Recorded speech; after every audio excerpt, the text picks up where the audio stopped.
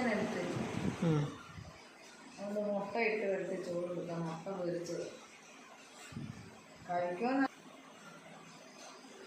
പോയിന്ന് എനിക്കൊന്ന് വയ്യായിരുന്നോ ചിക്കൻ എടുക്കാൻ. ഇപ്പം നമ്മളെ എടുത്ത് കറി വെച്ചു ചോറ്